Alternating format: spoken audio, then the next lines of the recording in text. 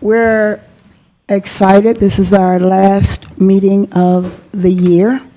I'm sure there are going to be other work going on in between that, but officially, our last meeting of the year. And Patrick's going, yeah. And I do want to take this opportunity since I have the seat right now, is to thank my fellow commissioners for this work, for this year's work. It has not been easy, but it has been a challenge, and sometimes challenges are really good. And I think that we are trying with the civility pledge, and it shows in our production and how we handle our meetings. And I know that most of us like to feel as though we're being objective when we make our decisions, but to be honest, we all have background and we all have emotions. And so that's healthy, and I think we've used all of those tools: objectivity, emotions, and background. I do want to thank staff also. I know I only can speak for me. I know sometimes I ask a lot of questions that may be looking like I'm looking for an aha moment that I got you. But that's not the case at all. You are the experts, and I understand that, and I accept that, and I appreciate that. What I do not want staff to feel that there's some kind of something going on behind the curtain. I need for you to continue to share your expertise down to the lowest common denominator so that I can explain it to my constituents and help them better understand when I vote a no and when I vote a yes. And the last group of people I would like to thank is our listening audience. If this was a reality show, I guess we would have top ratings some meetings, but there are other commissions that probably would beat us. But because of your interest and because of your input, I do think things are getting done. I don't want to belabor all of my thanks, but I am thankful to be here. This has been a tough year for me, personally and publicly, but I know that everybody who's listening have things that have been issues, and we're still here, and that's a big deal that we're still here. Now, I don't want to be the only commissioner that has the opportunity to share our thanks or wish a happy new year and all that. So at the end of our last presentation, any commissioner that would like to share a few words, you had that opportunity. If you don't, that's fine. I'm not round robin it. We're not starting with Patrick and ending up with, well, Mike ain't here. But if you want to say a few words. If not, we'll move on, okay? So with that, we're missing Mayor Gertz, and for those who are wondering where the mayor is, he is out cheering on his son's championship game. And one thing that we have learned is self-care and family should be first. So he's taking care of his priorities, and we're going to cheer Noah on also. And I'm going to, in that role, it says items for consideration. And it actually says Dr. Elps is going to speak to this. But I do want to ask Assistant Manager Jones, does he want to give an introduction to her speaking? Yes, I will. And first and foremost, thank you for your words, kind words. And I would say the manager's office is very thankful of the mayor and commission and our staff as well. So thank you so much for that. In an effort to keep the mayor and commission up to date, tonight we have Dr. Remy Epps here to present some key initiatives of the Inclusion Office. So without any further ado, Dr. Remy Epps. Good evening, everyone. How are you? Good. Thank you, Mayor Pro Tem and Commissioners, for being here. As Assistant Manager Jones stated, I am here today to talk about some of the efforts that the Inclusion Office is taking on and the approach that we've taken within the Inclusion Office to embed DEI within ACC Gov functions and within the community. I'm gonna try to do this without my voice going out, so please bear with me. But as you know, with the weather changing, we can never keep up with this. So without further ado, we'll get started with this. So today what we'll talk about is the Inclusion Office's purpose and focus areas, key terminology, as well as talk about the Inclusion Office's approach, our framework, as well as the strategy and future utilization. I'll give you a preview of the assessment that we will be doing starting in 2024, along with how we're going to apply the assessment, as well as what we currently are doing within the Inclusion Office and what we plan to do following the assessment. And then there will be a time for a summarization and questions from the body if you may have any questions, and we'll look forward to answering that. So first and foremost, I want to start off with the Inclusion Office purpose. I know this is pretty long, but this just gives our viewers, the public, as well as you all, a update on what the Inclusion Office stands for, what we are here to do. We, as an Inclusion Office, are here to advocate, educate, and outreach to our constituents, and to our public, to any visitors within ACC, to create a more equitable Athens-Clarke County. We want to value the diverse lived experiences here. We want to use our authentic community input and up-to-date research to inform decision-making processes to proactively address and close gaps. And I want to highlight proactively address. We want to be ahead of the curve and not behind the curve. So prior to taking office, prior to me taking office as the inclusion officer here, there were a little bit different focus areas within the Inclusion Office. We're still right around the same viewpoint, but my strategic plan for the Inclusion Office for the next 3 years is we're focusing on that staff culture, climate, and competence, really looking at the humility. And when I say competence, it's just really that understanding of the variety of viewpoints within ACC Gov, the residents, and really understanding what DEI actually means. We also want to focus on that accountability to residents. There is a accountability measure that we must take as government officials to be held accountable by our community, to be transparent. We want to make sure that we are the bridge, we are communicating how we're doing and listening, actively listening. And then we want to make sure that we have that organization sustainability.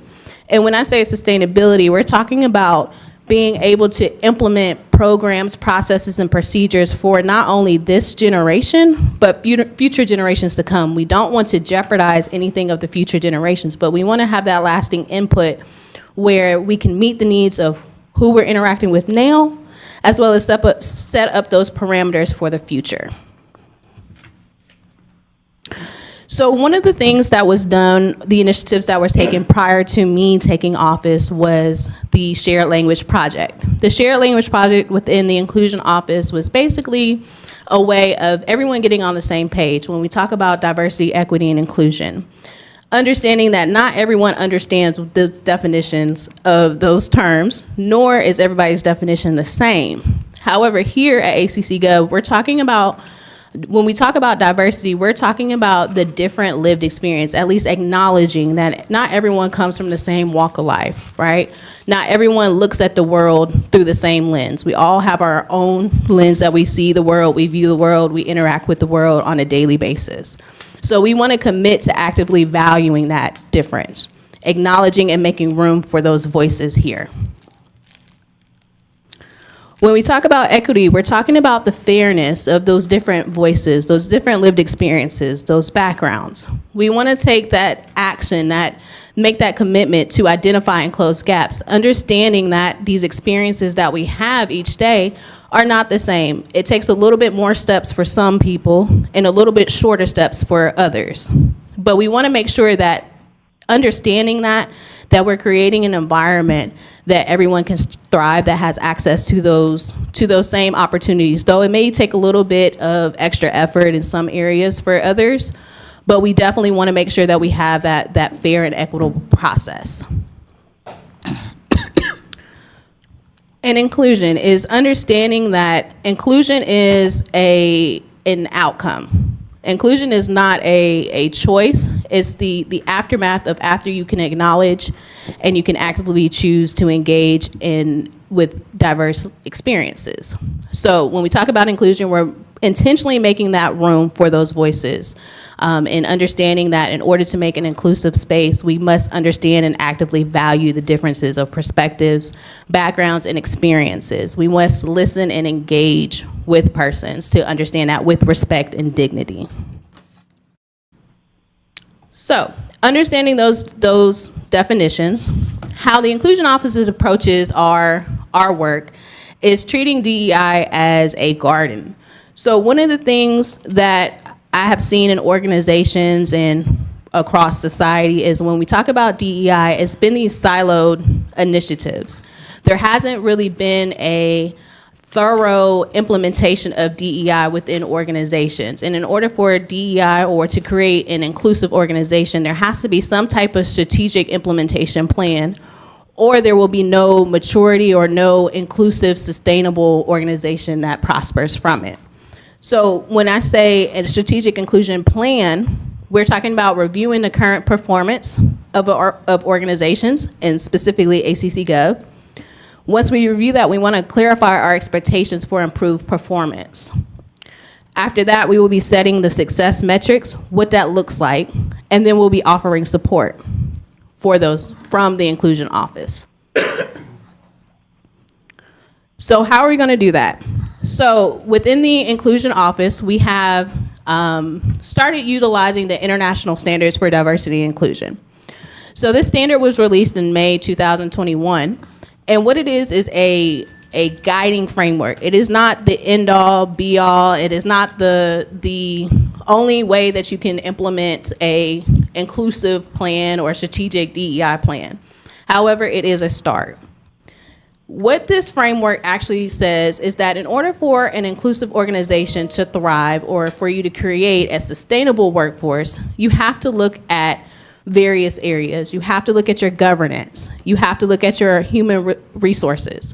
You have to look at your product or service delivery areas, and you have to look at your supply chain.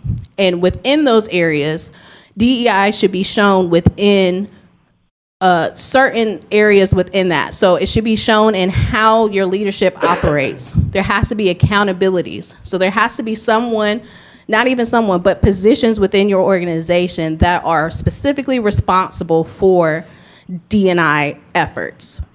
From there, you also have to have an inclusive culture, and you have to look at your human resources life cycle. So when we say life cycle, we're looking at how people are onboarded, how people are recruited, how people move through our organization, how people transition out of our organization, and how they move through the training opportunities. As well as you have to look at our supply chain. So not only does an inclusive organization look at its employees, but you have to look also at who we do business with. Understanding that an inclusive organization is not just inclusive because we offer trainings and we support employees, but how we interact with the public, how we interact with our vendors, vending with persons and organizations that value inclusivity, and understanding that that is a key element of a sustainable, inclusive organization. And then how we interact with our community partners is another, the other organizational stakeholders. So all in all, the ISO standards is just a guiding framework that addresses the inequities within systems, policies, processes, and practices that can lead to more inclusivity. So what we're going to be doing within the Inclusion Office is an assessment. In order to start creating projects or initiatives and creating this inclusive organization, we have to understand where we're at right now. So this assessment is going to be given to department directors across ACC Gov to understand where we currently are within each department when it comes to DEI. How are we doing within our governance? Are there assigned responsibilities? How are we doing with our vendor Vendoring, how are we doing with our onboarding processes? What does that look like? So that is specifically looking at department directors. So the goal is for department directors to take this as well as the manager's office to do this, to look at the organization as a whole and then to streamline it down to each department to see where some gaps might be in effort to create long-term strategic equity plans for room for improvement. So the next slide, couple of slides, we're going to be looking at the actual assessment. We won't go through it in full, but at least you'll be able to see what type of questions will be asked and how this will look.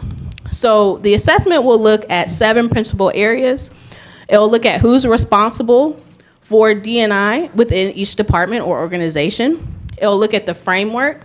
What does that look like? What are policies that might be in place? It'll look at the life cycle, onboarding, how persons are onboarded into each department and organization. How do they matriculate throughout if there's opportunities for that? It'll look at also how programs and services are designed, developed, and delivered. Are they delivered in areas? Are we utilizing our diverse workforce? As well as look at the supply chain relationships and our relationships with stakeholders. So for example, the assessment will be electronic. It will be sent out in phases. So you'll have, so department directors will have a governance section, then it will be sent another human resources section, and then procurement section. So this is just talking about some government questions that you might see, talking about department leadership. Are we paying attention to staff health, safety, well-being, absence, turnover? Are we paying attention to those signs? Are we looking at our goals, DEI goals, initiatives, and efforts? Do we have plans? These strategic equity plans. We have strategic plans, but do we have DEI plans? When we talk about our programs and services, we're talking about, are we leveraging our diverse workforce? Are we partnering with or leveraging our organizations to be more inclusive? How are we doing that? Looking at our outreach strategy. How are we raising awareness within the community, within each of the departments? Are we utilizing community demographic data to inform program and service planning? Are we communicating DEI behavior and expectations? Are we holding the persons or organizations accountable for exuding DEI principles, and not just our own staff, but are we holding other people accountable within our supply chain? It also looks at pay and benefits. How do we communicate pay and benefits to our employees or to persons who might be wanting a job with ACC Gov? How are we communicating that? Are we looking at understanding who is being recruited? Looking at all dimensions of identity within our workforce, understanding that D&I goes way past race, age, gender, and sexual orientation and physical ability. Looking at the barriers of accessing services. And then when it comes to supplier diversity, it goes back to, are we holding our suppliers or potential suppliers accountable for D&I, or do we not look at those when we're recruiting or when we're asking for vendors? So once persons are able to answer the questions, they're given a score at the end, which is called a maturity index. The maturity index is basically going to tell you where you actually are on the continuum. Are you just in a compliance stage where you're just doing this to meet legal elements? Or are we just aware? Or has it been fully embedded into our processes and procedures that we're continuously evaluating this? So the overall goal is to go from level 1, if you are at a level 1, which is just compliance, to be able to mature all the way up to integrated. This will take time. It will take time, but it gives everyone a goal to reach. Why we're doing this is to understand that when we're talking about diversity and inclusion, we can't just do siloed initiatives. When we're thinking about deploying a project or an initiative of some sort, it has to become from a strategic framework. You have to understand where you're currently at by assessing your efforts. And then from there, then you can create a policy or a framework and then assign responsibilities. One of the key areas that happen within organizations when they try to implement D&I or become an inclusive organization, there tends to be a policy that is just drafted without understanding where they're currently at, and no one is actually assigned responsibility. And then the initiatives fall through, or it is just falling on hollow ears, or they do one training and that is it. However, we want to make sure that this is sustainable. So within the project types, typically there are only 4 project types that are deployed, which are initiatives. So it might be a training that is had, which most organizations will tend to do, is just hold a training. Or they'll just grab data from somewhere. Or they'll get internal infrastructure, which is organizing committees, ERGs, employee resource groups, to help kind of understand where issues might be. Or they might gather community input sessions with no real strategy. So understanding that this strategy itself is going to inform these project types going forward within ACC Gov. Thinking about the Inclusion Office, I wanted to kind of go over what the Inclusion Office has done since I have taken over office, as well as things that have happened in the past prior to me taking office. I took office in February of this year. The Inclusion Office has been around since 2019, so it's about 4 or 5 years, if my math is correct right now. And some of the things that have happened within the Inclusion Office is the focus areas that I talked about in the beginning. The first focus area that we're working on is staff culture, climate, and competence.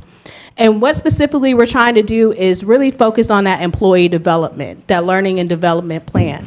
So some of the things that we have done already is redone the Equal Employment Opportunity Plan. Though this is a federal guideline that has to be submitted each year, we're in the process of updating that for employees. We've revamped our organization's DEI training. Previously, when the office was started, this was contracted out through Blue Level. That training was held, and it was successful to some extent. Now within the office, going from one person in 2019, I'm happy to say that the Inclusion Office is about 90% filled. All positions are filled except for one position that is a new vacancy. That position will be filled within the next year. So with that, the organization's DEI training program will be taken from Blue Level and now held in-house by the Inclusion Programs Coordinator, who was just hired. So they are going through the whole training and curating all the new trainings for that. In addition, we're building our workforce data dashboards. What this is basically a transparent accountability measure that will tell the public as well as our employees how we're doing, what our workforce currently looks like in real time as persons enter and leave our organization, and keep that information up to date. The next area is that accountability to residents.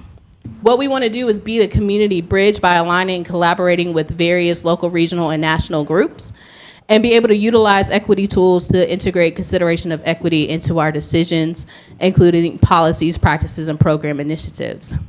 So some of the things that we have worked on already is we have an equity assessment tool, which we use when we're evaluating ARPA funding and RFP responses. What we have done is gone back in and began to revamp these questions to hit more so on really that community impact, how these programs and initiatives are going to impact the community from an equitable standpoint.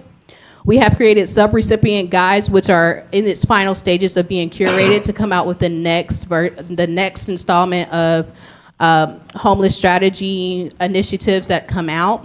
And what the sub-recipient guides are basically guides to help persons who are awarded funding understand the rules, regulations, and everything that they need to know when they receive funding, how to report, when to report, what to report, what definitions are, all of that. Again, going back to these workforce data dashboards, not only is this an accountability measure for ACC Gov, but that it creates that transparency for the public. Also with the Human Relations Commission, because they have been in the beginning stages within their formation, they have made considerable progress coming out within this year. They will be holding their first town hall meeting on January 25th to talk about the NDO. They've made great progress on creating recommendations for mayor and commission that will come out in the beginning of 2024. They've gotten back on track with their work plan, understanding what versions they have with their purview, becoming more involved with the community, understanding the issues within the community. Juneteenth, they've been involved heavily with that. The new installment of that RFP should be coming out very soon, so that gives the public a lot more time this year. Getting back on those technical assistance areas within RFPs, the educational component is something that they will be bringing back in January for these RFPs. The final area that we've been working on is the organizational sustainability. What we're trying to do is build our organizational DEI capacity and demonstrate our commitment and accountability to advance equity and inclusion. One of those things that we're currently working through with the GOC is our ADA and inclusive facility evaluations. The Inclusion Office, along with Leisure Services, has evaluated all indoor and some of our outdoor facilities for inclusiveness, ADA, signage updates, things that need to be done. Hopefully we will be able to provide those updates to you all very soon on our data entries that we have found with those to make our facilities more inclusive. We began to integrate our new DEI training. We have our core values team, which provides input to our manager's office, as well as look at the supplier diversity program and policy development based off of the disparity study that has occurred. Again, we will be moving forward after the assessment with building other toolkits, especially the budget equity tool, which will be something that will come out to ensure that there is equity within our budget processes in the coming years. So at the end of the day, this whole presentation was basically to show you all that in order for DEI to be sustainable and to create a sustainable, inclusive organization, there must be a systematic approach. We can't create an inclusive organization by siloed initiatives. We have to be systematic with it. Diversity, equity, inclusion goes far beyond race, ethnicity, gender, sexual orientation, and age. And again, diversity, equity, and inclusion is a process, not a destination. So there's always work to be done. With this framework that we're using, there is not a time where we can say we're done. There's always something that we can do moving forward. And again, the Inclusion Office is always here to support. Our role within the organization is to be that support guide for all departments, as well as mayor and commission, as well as the public to reach out to us as a resource going forward within the community. And that will conclude my presentation. I can take any questions from you all that you might have. I see Commissioner Wright. I see Commissioner Wright and Commissioner Fisher, and then Commissioner Davenport. Sorry, I got so excited I almost interrupted you earlier, but you were on a roll. This was really good. I appreciate the detail and the system that you have. And you might not know this off the top of your head, but how long was the position vacant? From before I took over the office. So you came in February 2023. Correct. It was vacant for, 6 or 7 months. okay, all right, that's what I thought. Okay, because I know that affected some of HR's, the Human Relations Commission's Correct. momentum there. Correct. Okay, and then when you talk about some of the surveys and the evaluations, are exit interviews or exit surveys something we can improve on? Yes, so that is actually one of the elements that the assessment touches on is how when people transition out, is the cause for their transition documented. So I know that HR has done exit interviews in the past. I will check with them to see if that process is still going on, but that process can always be improved from an inclusion standpoint in any organization that you go to. Well, just having, I believe it's only done on director level at this point, and is it not, what? HR does have a form, but not everybody fills it out. They don't do it for everybody. Gotcha. But I do know it's one of the audits that's being done. I'm sure the Yeah. auditor will be looking at that process as well.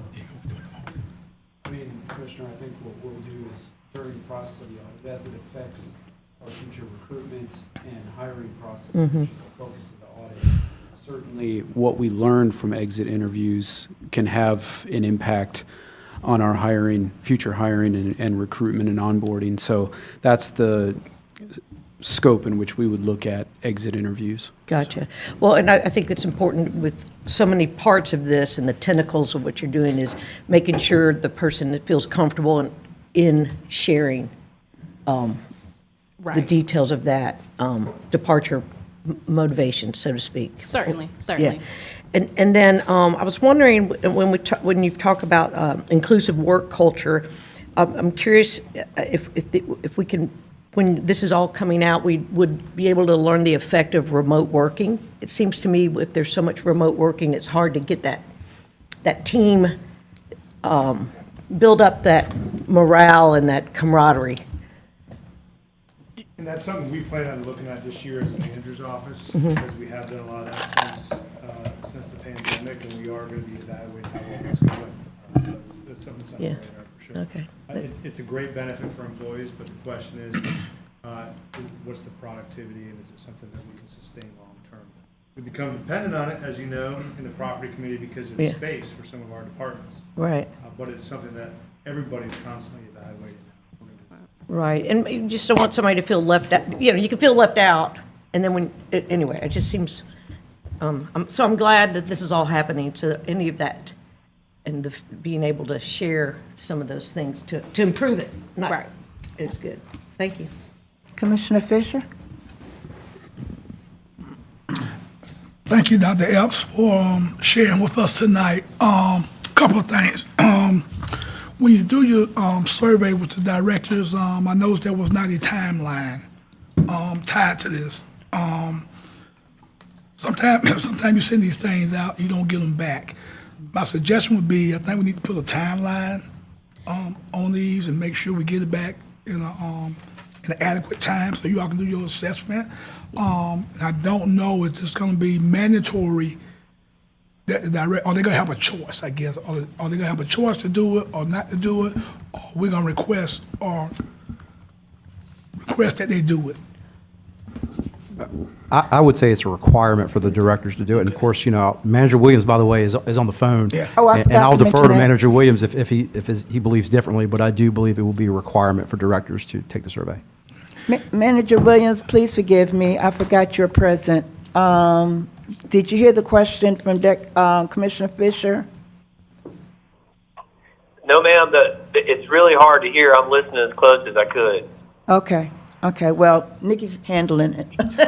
So Blaine, But- Blaine, the question was, would we require directors to take the survey? And yes, that was the question. And when we say survey, y'all mean the assessment? Yes. Yes, sir. Yes. Every department will be required to fill it out. It's up to Dr. Epps on how we roll it out, how many we do at a time. But the goal, as I believe she said, is to get the entire organization captured in the assessment so that we know where we are and we can start creating projects. And Commissioner Fisher asked the question about a timeline that they will work in, whether she rolls it out, piece by piece, but a timeline that it must be back to her. And I will defer to her on that with her staff and her workload. But I will say that with this framework, there's all sorts of projects that we could get underway. So, it could be that we start with a few departments, get some projects going, and then roll it forward, but I'll defer to her on that. Right, I would agree with that. So the strategy here is, because we have such a large organization, is to go bit by bit with it and start with certain organizational departments that fit within the same mold, whether that is all public safety at one time, or admin at the same, or public utilities at one. And then within that, because this assessment is so long, it will take about 2 weeks I will give about 2 weeks to about a month for each of the departments to be able to collect it and then be able to take that time.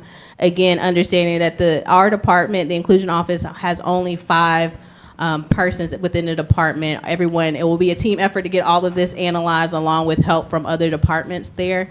So the timeline looks like from the beginning of the first quarter of 2024 by the summertime to have a finished look at what that looks like, what our organization looks like. So within 6 months to 8 months period of time, we would hope to have this completed and analyzed.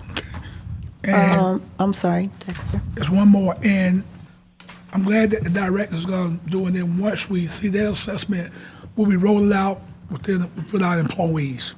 Yeah, so with the employees, there has been an employee survey that has already taken place that has had some type of DEI elements within that. However, going forward after this assessment, there can be another employee engagement survey that is specifically focused on DEI for the employees to take that is geared towards these initiatives too as another support system there.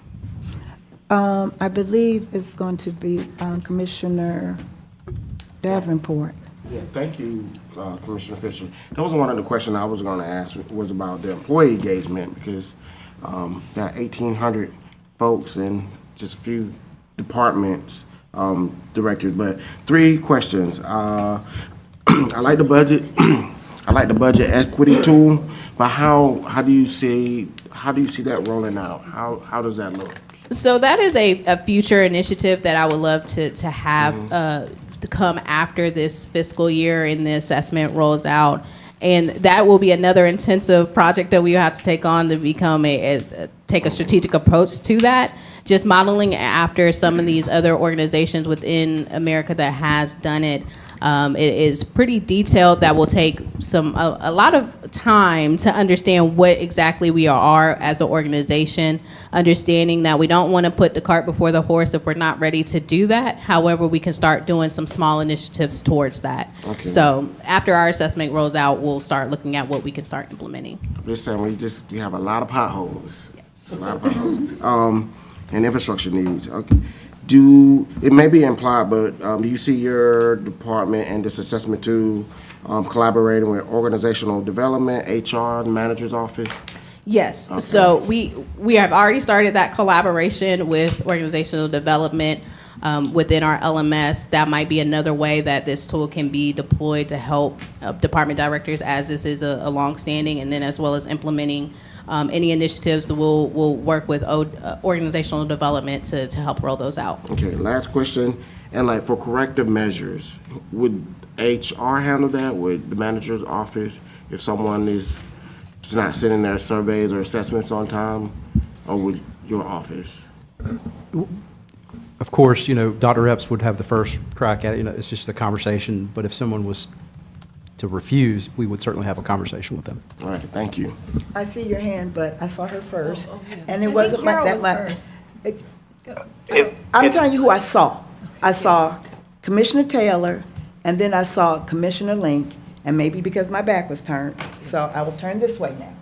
Okay, we can finish. Manager Williams, did you have a comment? Yes, ma'am. Thank you. I just would have wanted to ask Dr. Epps, for the benefit of the public, if she said LMS, if she could just explain that concept just for 30 seconds so folks know what that means. Yes, the LMS is the learning management system that ACC Gov has for all employees. It's an online database where trainings can happen on demand. It has a variety of different trainings that are accessible to employees via the web, so you don't have to just be inside ACC Gov facilities to take it, but this has a host of variety of topics, whether it is how to fill out evaluations to how to communicate better, various variety of interfaces on there. Okay. Commissioner Taylor? Dr. Epps, thank you so much for the presentation. I know you guys worked really hard on it, and I'm really excited to learn about diversity, equity, and inclusion. But how many departments do we have? So we have 28 that are within our purview of ACC Gov. And then if you add on the elected officials departments as well in there, that number arises to around 40. Ooh, Okay. God be with you. Yes. Commissioner Link, do you want to yield your time to somebody else? Let Carol go first, Okay. because she definitely was Well, hand up Okay. before I did. Anyway, thank you. I really appreciate your emphasis on having the DEI work not be in a silo and be integrated in, and something to think about, a lens to think about all the time as we go about our work. And so I appreciate those efforts. I wanted to ask two things. One is about that departmental survey going out there. As someone who had to fill things out like this, there's a lot of yes/no questions, and it's easy to click yes. And I was wondering if you've considered changing some of them from does to how does, and is that an option that you have to do? Yes, and I will apologize that the selection of sample questions were just all yes, no on there. There is a mixed questionnaire that are on there. Some have more detailed questions. And one of the things that we thought about when we're rolling out any type of assessment is that monotonous clicking of, after it gets so long, of just clicking answers, and to be able to change it up. So there are some scaled questions. There are questions of, how does this work? Yes, we have it. No, we don't have it. Or we do have it, but there's a process. We don't have a process. So there are a variety of different questions on there. And so anytime we're sending out any type of assessment, the methodology behind it, we'll have that qualitative and quantitative validation pieces on there. Great. And then along with that, like these strategies for, I'm looking at the page on how we're well, I don't know, it has the 7 principal areas in there, Yes. right? What kind of, let's say I'm the head of leisure services. Have I already gone through something where I know strategies for incorporating this in to my department and sharing with my underlings? No, and that is what this assessment looks at, is Okay. how is this being communicated, whether or not you essentially understand what diversity, equity, inclusion is and how that actually looks within your department. Yeah. It's really looking at, has there even been an effort to even discuss these topics? Is this in the forefront of your mind? So one of the things that we have done, and I didn't highlight, is we've been throughout this year since I've come in, is to talk with department directors and officers so they understand what exactly this assessment is. So the same sort of presentation I have given to department directors and officers so that they understand what essentially we're looking for. And again, once this rolls out, we will have those sessions where this is what we're looking for, or if you can kind of curtail your thinking patterns around this, this is how you would potentially answer the question there. Yeah. So not necessarily. But it's not punitive at this point. I guess I would be tempted to go like, oh, yes, I'm supposed to No. So I think we just need to reassure departments that we're trying to get a baseline Right. of where to work from in there. And that, I hope that after that there'll be, I can imagine sort of DEI strategies coming out once in a while to departments, so just on a regular basis to remind people about that. And along with that is that, I was just thinking too, you're sending that out. I hope that when Manager Williams and the other managers are doing their evaluations of department heads and such, that that there's already, or there will be, an incorporation of some kind of evaluation of their DEI efforts so that it's, they know it's valued. So, just putting that in all the places. And the last thing was, so on the, in our next presentation, and we're seeing the RFPs, there's an equity assessment. And it wasn't clear to me, are you already working with other departments? Were you involved with this equity assessment? So there was already an equity toolkit that was created prior to me coming into this role, and what that is basically when RFP comes in, they are to answer certain questions as to how is this going to impact the community, how will this, what will you do here, things like that, right? However, what we have noticed is those questions are are a little surface area, and we want to take it a little bit deeper when we're talking about really impacting the community and creating a more equitable and inclusive Athens-Clarke County. We really want to drill down to how are we really going to do programs and services and offer those that are really going to be impactful. So though we still have that same equity assessment tool in place right now, we're working to enhance it better so that when we do award someone, we know that this is going to really work towards our goal to create a more equitable and inclusive Athens. Great. Carol, and I know I'm going to my commission hat now. You were talking about the survey, and I guess I'll direct it to Dr. Epps. So the survey that is in this package is a sample, kind of? Yes, those are just sample questions. Okay. Yeah, just sample questions so you all could see at least what type of questions were asked. It's not all of the questions. Okay. There are a lot of questions on there, and we're working to cut it down so it's not so monotonous, but those are just sample Okay, questions. and I agree with Carol about the checkoff box. Right. You know, you get a little bit, hypnotized. But I was wondering about the, where it said description, optional. Does not a narrative gives you a backup of your yes and no's? So, but are you considering using optional responses? If I'm hearing you correctly, each of the questions on there are going to be mandatory questions that they have to respond to in order to be able to calculate your maturity index score. Okay. However, within the assessment, if you say, yes, we have a process, it's evaluated consistently, it's going to ask you for proof. Okay, so this is the sample piece that you're. Yes. Okay. Yes. So there will be a section where people can Okay. add in more information on there Okay. at the end or within there, especially if you score yourself high in that area, we will need that evidence that actually is occurring. Okay. Commissioner Ling? Yeah, my question is about the Human Relations Commission. Will they be involved in this process or asked to evaluate it along the way or respond to it at all?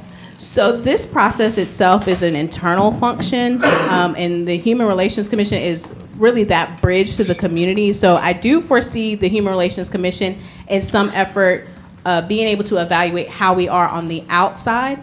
However, this actual framework focuses on the internal processes that the HRC doesn't really have that purview or privy to on a day-to-day basis. So the HRC is not involved in organizational stuff, anything that's internal to Athens-Clarke County. It's If it does- purely external in the community. From a community bridge standpoint. So how I explain it is the Human Relations Commission, though they do have some type of understanding of how ACC Gov operates, we want to use them as a way to how can we better operate and be a community bridge for the community, whether that is educating on our procurement processes. So that would be a function of them. If we are saying, okay, we know we need help in our supplier diversity or our chain, how we're interacting, then we would go to the Human Relations Commission and say, hey, would education be beneficial here? Should we hold more town hall sessions or community education sessions here? So that's how we foresee, or I foresee, using the HRC. Yeah, I mean, I could see how they'd be very beneficial in the recruitment department and in outreach, PR and outreach, organizational PR and outreach needs. Yeah, there's definitely certain areas, especially when it comes to how we engage with the public. Yeah. I definitely foresee them. But as far as taking the assessment or anything like that, they wouldn't be there. However, once the assessment is done and we see the lowest ranking areas that we need to improve on, I do foresee them being able to jump in there and be able to kind of Okay. help educate us on how we can be better, whether it's our presence in the community that we need to be better at, how we recruit, the strategies, things like that. Okay, so you definitely foresee them responding to the results of the Yes, assessment. once the results come out, I do want to be clear on that accountability to the residents is something that we want to talk about there, if that is something that falls within the purview of human relations. Okay, great, thank you. Could I say something? Yes, sir. Okay, I think I heard most of what Commissioner Link said. So, having an advisory committee, direct the operations of the office, and the organization, I don't believe that's the way it's supposed to be set up. So this was the middle ground, I think, that was envisioned. And certainly, we are accountable to the mayor and commission, and we also have an auditor, so everything we're working on will be made public and will be held accountable. But we can't depend on citizen volunteers to possibly know the workload, and try to begin directing staff on what to do. So we will communicate things forthright with you, with them, with the public, but we point them towards external facing because there's tons of work there to do, and we hope they'll be emissaries for the efforts. Commissioner Link, you have a response? No, I can see how they could be helpful in those external facing parts of the organization, like outreach, PR, recruitment, things like that. Commissioner Hull? Thank you, Mayor Pro Tem. Thanks for being here, Dr. Epps. Thank you. I appreciate this a lot. My first question is actually kind of following on what Commissioner Link raised up and Manager Williams said and your response. My understanding was that the purpose of the HRC when it was established, the Human Relations Commission, was kind of multifold. There's the bridge to the community, but there was also this policy recommendation component, and which I think is distinct from overseeing any kind of day-to-day operations. But I am curious how you envision, as you get information back from these surveys and things, how you envision the HRC being involved in policy recommendations that would apply to the internal, even if they're not involved in the day-to-day, I guess. So I think when it comes to those policy recommendations, I think it looking at it from the external lens, it could be just as how we go about educating persons on our recruitment, how to apply for jobs. But as far as recommending policies and procedures about specific recruitment itself, just for an example, I think they could help in the area of how we go about recruiting. That's how I foresee it, and Assistant Manager Jones might have a different approach to that. So that's a good question, and to echo what Manager Williams said, we're going to do what the Mayor Commission asked us to do. So if the Mayor Commission wanted the HRC to look at a very specific policy, you would have the option to put that policy or that thought into that committee to ask them to look at it. However, for them to come to Dr. Epps, for example, and say, hey, we want to look at this policy, how do we know that that's a policy that the Mayor and Commission want to proceed with? If it's something, so let me anchor back to our annual work plan for HRC. So annually, the HRC has a work plan. If the Mayor and Commission want the HRC to look at something different, the Mayor and Commission could say, hey, you should add this into your annual work plan. Today, the annual work plan, I sent it out to the Mayor and Commission right before the meeting. Sorry it was late. We're looking at the NDO, for example. That's an external policy. Of course, community outreach, public relations is one of the big things that is in the work plan. And of course, focus area 3 is to recommend policy. Right now, they're just, as I understand it, going through a needs assessment to kind of figure out how that works. However, to your point, Commissioner Houle, if there is a policy that we want the HRC, the Mayor and Commission want the HRC to look into, the annual work plan is an opportunity to kind of interject that. Okay. Appreciate that. Yeah, I guess I'm thinking on, and this is just one example, and it's not one that I think necessarily needs to be the example, but, the inclusive facilities agenda item that's been before GOC for, I think, like 2 years.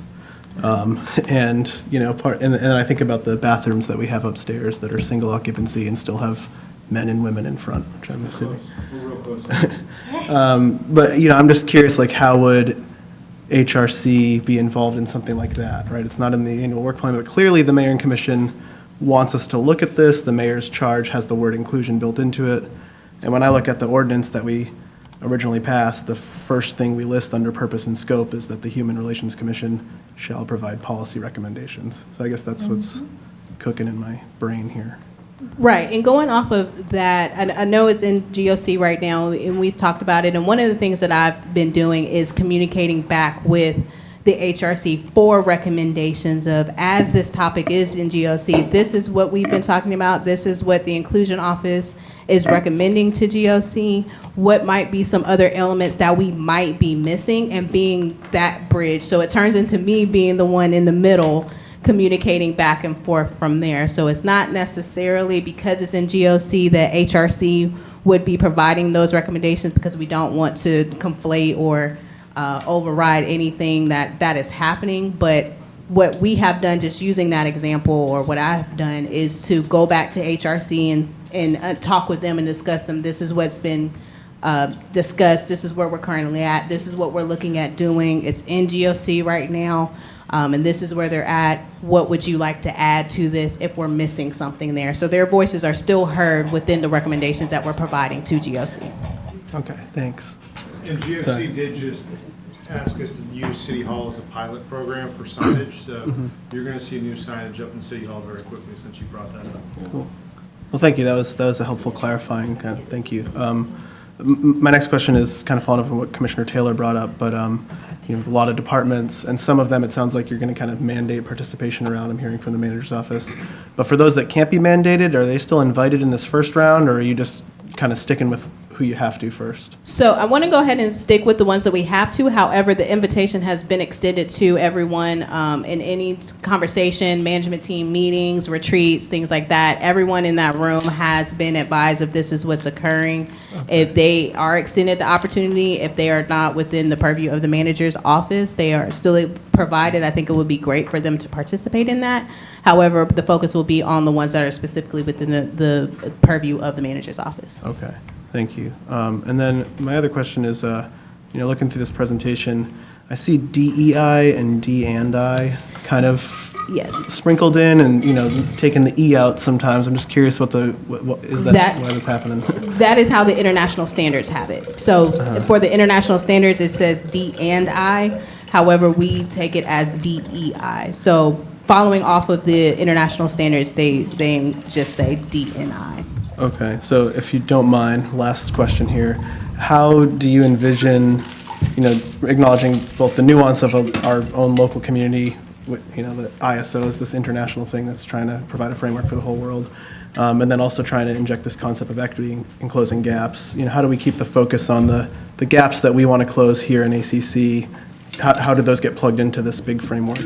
So anytime the Inclusion Office does anything, we always focus on DEI. Just for whenever there is reference to this in a presentation, we want to uphold the integrity of it and the copyright. We don't want to change it there and keep the originality there with it. So holding on to, that's how the international standards listed. However, our focus is always DE&I there. So that is never going to be in question of, we're never going to take out the E there, but that is just how the standards have it. So not to be confused that we're taking it out there on purpose. That's just how the standards have it.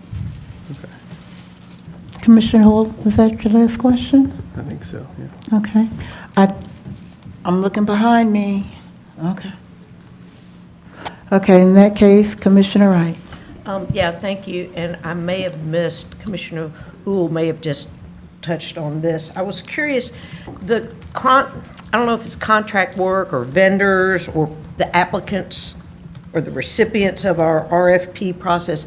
How are we going to have this also happening there so that, and one example is not that they're a bad example, but SPLOST works into those employees that aren't with us work intricately with our employees. How do we incorporate and make sure these same standards and inclusion, manners isn't the right word, but understanding where we are, how do we get those other entities, how do we group them with what we're doing? What we're doing, as far as the assessment goes, everyone will have that. So what happens after the assessment is to sit down with each of these departments that have taken it to develop the plan to ensure that behavior or D&I is integrated within all of their operations. So when it comes to our vendors and contracted services, we want to make sure that we're working with the department leaders within that area to be able to communicate it down. Okay, so they would be whoever, okay. So it's included, but they wouldn't be filling it out. It would be more along the lines of the directors under the manager and their working relationship with them. Correct. Which is some more than others, depending on which it is. Correct. It'll be looped in at that level, Correct. at the working level. Correct. And that is one of the things, as far as department directors, we want to make sure that whoever is taking the survey has the comprehensive and broad overview of the day-to-day operations. And if it is not the department director, someone within that department that has that knowledge should be taking that assessment. So within those departments that might have the contract, if someone knows more information about the knowledge, then they would need to communicate with the inclusion office as to who is taking that survey. But it's always going to, right now, it is department directors, but we do understand that within the uniqueness of our government, that there might be someone within the office that might have a little bit more knowledge of the day-to-day operations that function within that. Right, and with our, with the property committee and our lease agreements and stuff, we've touched on things where we want to make sure that our tenants have the DEI training. And I know that when that came out as in one of the rounds with GOC, that we almost got a dissertation level from the town and gown. They really embraced us saying this might be coming, and they really showed an extensive amount of examples and outreach and different things, similar to what the gentleman said at the podium when they were talking about, we got this, we'll tell you what we're doing, and we're going to be better, and we can show that we've gotten more diversity. Right. And that is one of the things that after the assessment, once we get all the results, understanding that this is not the end all, just because we get the results, we're not going to stop. We're going to then be able to create the plans on how can we keep doing this each year. This is outstanding. Thank you. You're welcome. Okay. Any other comments? Dr. Elvis, thank you very much. Thank you. Merry Christmas. Merry Christmas and all that Happy good stuff. holidays. Okay, I'm gonna turn it back over for your next introduction. Thank you, Commissioner Thornton.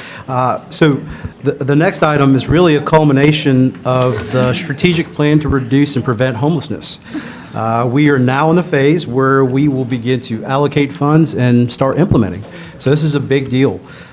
In October, the Mayor and Commission directed the manager to come back with a strategy around 3 RFPs. And tonight, Assistant Director Lord is here to present the RFP concepts and processes that we've come up with. And so really looking for some feedback. If there needs to be any changes prior to the voting meeting, tonight's the night to kind of give us some input, and we'll make sure they're integrated. Without further ado, Ms. Lord.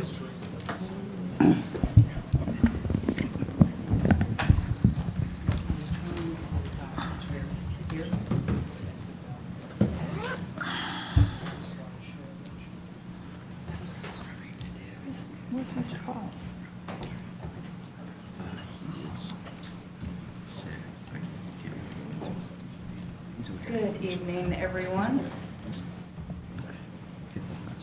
As said, I am Melinda Lord, the Assistant Director for Housing and Community Development Department, and the Community Development Administrator, Marcy Irwin, is here with me to help answer any questions you may have. You can't hear me? That's shocking. I won't blame, I want to make sure blame. Got it. Okay, so tonight we're here to talk about the ARPA-funded homelessness activities and the RFP concepts. The purpose is to review the strategic plan to reduce and prevent homelessness, and that is a mouthful, so for the rest of this, I'm just going to say strategic plan. The funding allocation plan and CDO.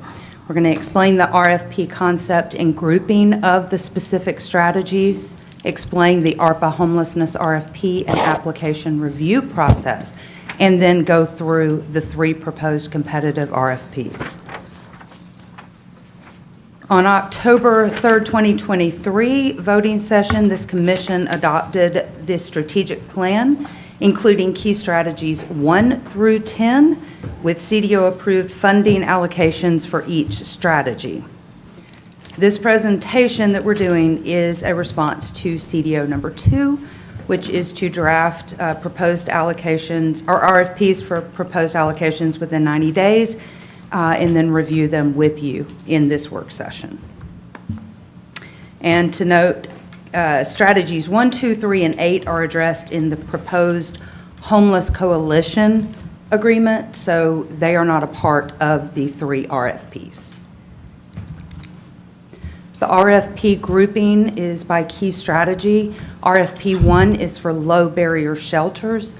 RFP 2 includes unsheltered initiatives, and RFP 3 will include supportive services activities. Applicants will be able to submit a maximum of 3 total proposals across 3 RFPs. That could look like 1, 2, 3, or it could be 3 in 1 strategy, however they feel they have the capacity to handle. And if multiple submissions are approved by this body, then we would consolidate that into 1 contract. So we wouldn't do 3 different contracts. We would just merge them together. The RFP application and review process will be a universal timeline, universal components of all those funded applications, universal eligibility requirements, and universal evaluation criteria. The universal process will make it easier for agencies to copy and duplicate information in the Zoom grant management software program so that they don't have to do duplicate information 3 different times, 2 different times. They can do it once, and that application does have a way to create multiple applications and just grab information and put it across. So they would only have to really focus in on very project-specific questions if they want to do multiple apps. The anticipated RFP schedule, we are looking to release those applications by January 8th. We will provide a comprehensive technical assistance period from January 24th to February 28th. That will include a webinar. We'll have a last day for questions, and then we will release a Q&A addendum that includes all questions that were received during that technical assistance so that everyone can go back and reference those questions and grab their answers. Proposals will be due March 8th. The RFP review, recommendations, and proposals for submission will be done between March 11th and 29th. And then we hope that you will approve those recommendations on the May 7th voting session. We will do comprehensive notification. We'll use our listserv email, which to date includes as many agencies as we've been able to capture. We will use homeless providers, including faith-based organizations. We will notify halfway houses, mental and physical health care providers. We will use the Athens Homeless Coalition, have them posted on their website, and reach out to all of their partners. We will post on the HCD website, the ACC Gov website, the ARPA website, and we will also make use of our partnership with neighborhood leaders to help us also get notification out to the public.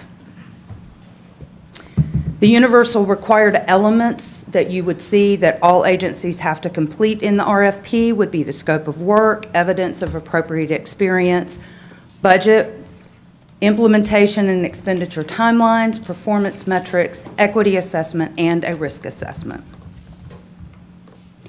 Applicant eligibility requirements, they have to serve Athens-Clarke County residents. They have to be public or private nonprofit entity that is incorporated and registered with the IRS.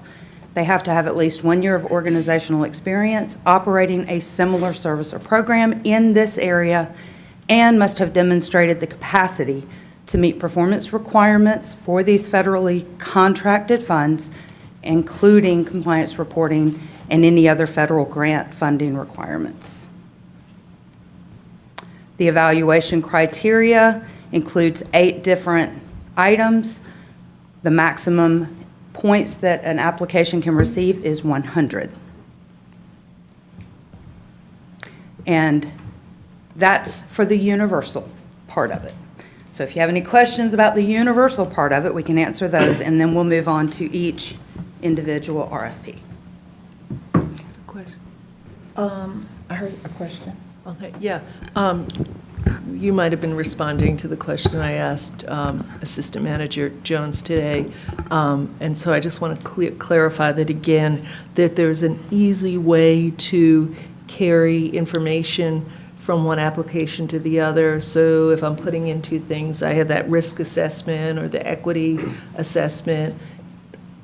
It's just going to be like a drop. It's user-friendly enough to copy it from one to the next, or you guys will make sure it's clear to the applicants how to do that? The equity assessment and the risk assessment are both attachments. So Right. yes, if they complete that, they will upload that to the Okay. system. So if they're completing an equity assessment for different activities, that we would anticipate That might seeing be- different or different Yeah. answers. But the risk assessment, we wouldn't see any difference. So if they fill out one and they do 3 applications, they can upload the same risk assessment to the 3 different Are applications. there any other things that you could copy over, your general information and just an ease of? When they register on Zoom Grants, they create a profile, and that profile, along with specific agency information, can be copied and duplicated for multiple applications. So they wouldn't have to fill that out 3 different times. Okay, so there's opportunity to make it easier for the applicant to Yes. fill out? Okay.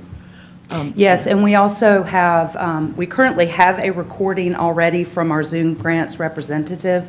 It's a user training video, but our Zoom Grants representative is wonderful, and she's always willing to meet on a very short notice. So should we have applicants that would like to meet with Zoom Grants and be walked through how to do the application process, we're more than happy to do that. Yeah, and the other question I have, and I don't really know if it's in here or not, you didn't go over that timeline yet, did you?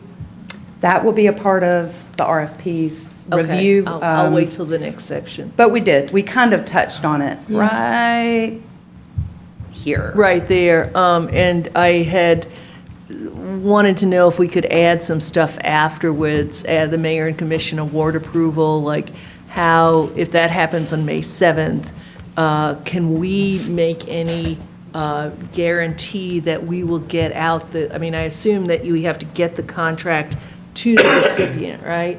Correct. And then they have to fill it out, sign some things, maybe attach some things, and get it back to us. Can we put some timelines in there so that it's after May 7th, that we know that it would get to the first level, getting the stuff out, would be out by May 31st? Yes. Or something or other? Yes. HCD already has an ARPA contract template.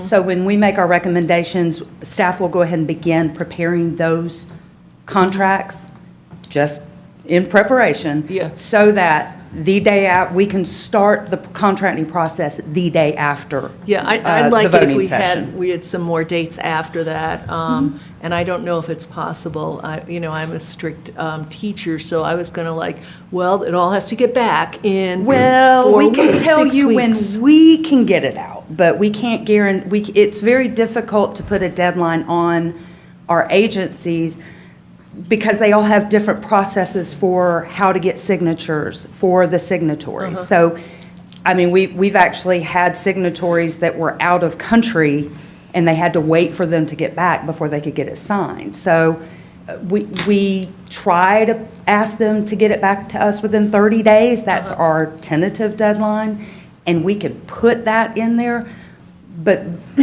no. Can we also then put anything down there, and this might be about, once we get everything back, we will get out funds within a certain, once we have everything, or we're working on the process, perhaps you could talk to that, since that's something we hear about all the time.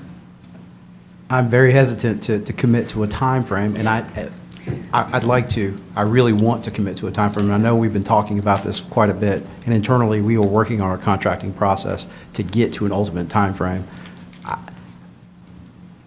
That's something I'm very hesitant to commit to. What we can say is that there's a difference between contract execution and period of performance.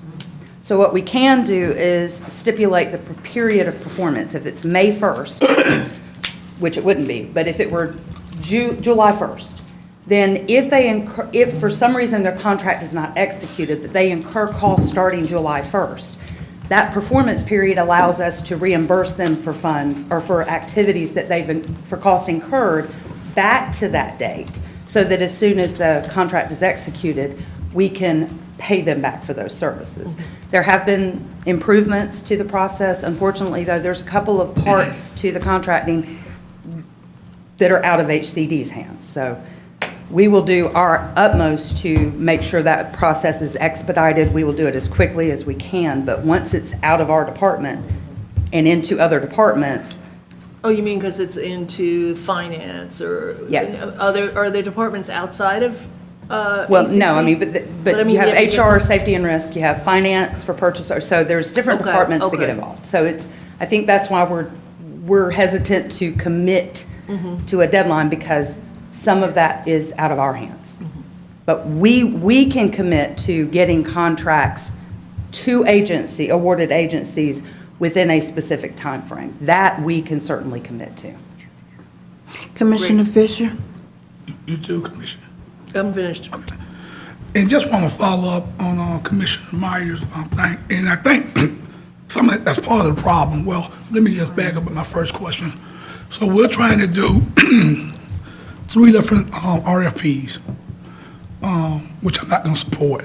I will support that we combine and do one RFP and get that out to the nonprofit. I think if you put out 3 different RFPs at the same time, I think our nonprofits going to try to figure, well, which one should I throw my name in the hat?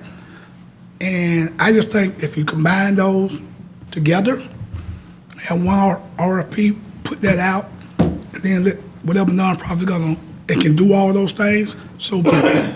But I like Commissioner Myers said, I got some concerns about when we do these contracts, and what should happen to me, when you do a contract, and once the contract has been awarded, the commission say, okay, we voted on this particular nonprofit to get this contract. Everything should be in place. The risk management, the insurance, everything should be in place.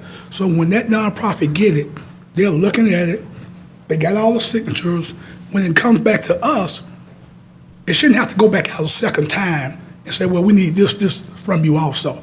And that has happened in the past with some of our nonprofits. And the other problem I got is, what you mentioned that, well, if it's past July 1st and they spend their own money, we'll reimburse us. We should never ask a nonprofit to spend their own money when we got the money to give to them. So somewhere along the line, we got to figure out how fast we can get money in their hands. And we're talking about a May 7th deadline, or we're talking about 5 or 6 months before they get their funding. If that's the case, that's unacceptable. And there's just one commissioner talking. So somewhere along the line, we need to make sure that all the T's are crossed, the I's are dotted. When they get those contracts, they say, okay, we got everything that you all had asked for. Here it is. Everybody have signed off on it. Then it should get executed. But that hasn't always been the case. When I talk to nonprofits, they're saying ACC Gov has asked us to send more information. That shouldn't happen. All that information should be up front, and they should not be spending their own money to start doing the work that we have asked them to do. And if we can't do that, then we shouldn't be doing this.